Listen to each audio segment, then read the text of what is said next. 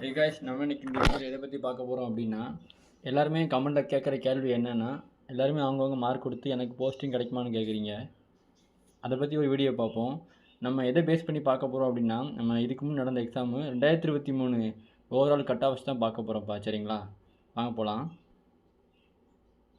இப்போ 2023 ஜென்ரல் கேட்டகரிக்கு ஜென்ரலாக எவ்வளோ இருந்து பார்த்தீங்கன்னா 86.50 மார்க். சரிங்களா, அப்புறமா பிசி கேட்டகரிக்கு எவ்வளோ இருந்துச்சு பார்த்தீங்கன்னா 84 இருந்தால் நீங்கள் போஸ்டிங் வாங்கியிருப்பீங்க.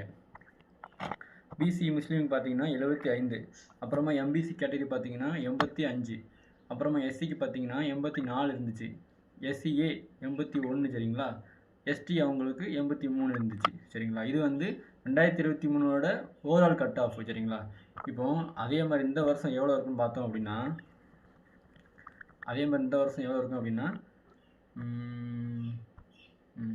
2025 ரிட்டர்ன் கட் ஆஃப் பார்த்தீங்கன்னா 61 ஜென்ரலுக்கு. சரிங்களா, இதே இது பிசி நீங்கள் 55 மார்க் இருந்தால் தான் நீங்கள் ஃபிசிக்கலே அட்டன் பண்ணியிருப்பீங்க. அதே மாதிரி பிசி முஸ்லீமுக்கு 48 இருந்துச்சு, அப்புறமா எம்பிசிக்கு பார்த்தீங்கன்னா 57 மார்க்கு, எஸ்சி கேட்டகரிக்கு 56, எஸ்சிஏக்கு பார்த்தீங்கன்னா 54, எஸ்டிக்கு பார்த்தீங்கன்னா 55. இது என்னென்னா அது ரிட்டன் கட் ஆஃப். இந்த மார்க் நீங்கள் இருந்தால் தான் நீ உங்களோட ஃபிசிக்கலுக்கே கூப்பிட்ருப்பாங்க.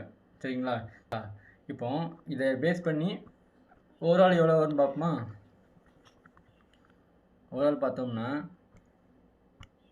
இது ஜென்ரல் நம்ம விட்டுடலாம்ப்பா. சரிங்களா, பிசி கம்யூனிட்டிக்கு அதாவது ரிட்டன் கட் ஆஃப் குறைஞ்சது 55 வச்சுருந்து நீங்கள் ப்ளஸ் 24 போட்டிங்க அப்படின்னா 79 வந்திருக்கும். அதே மாதிரி பிசி முஸ்லீமுக்கு 72 வந்திருக்கும். அப்புறமா எம்பிசிக்கு பார்த்தீங்கன்னா 81 வந்திருக்கும். உங்களுக்கு எஸ்சி கேட்டகரி பார்த்தீங்கன்னா 80 வந்திருக்கும்.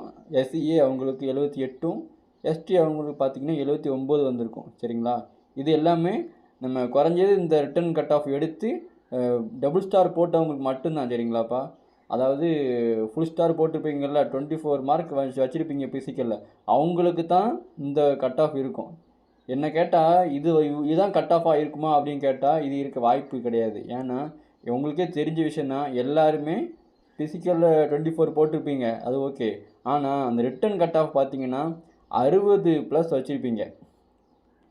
எல்லாருமே எவ்வளோ வச்சுருப்பீங்கன்னா 60+ வச்சுருப்பீங்க.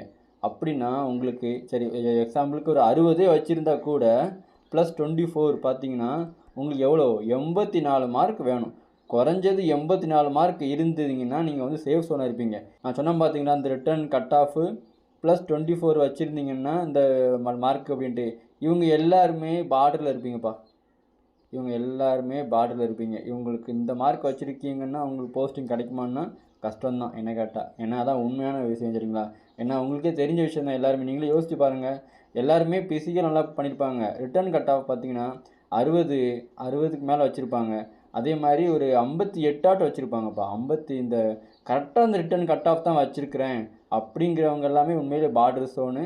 கொஞ்சம் இவங்க எல்லாமே கொஞ்சம் பயப்படாமல் இருங்கன்னு சொல்ல முடியாது. சரிங்களா, இதான் அந்த வீடியோ சொல்ல வந்தேன்.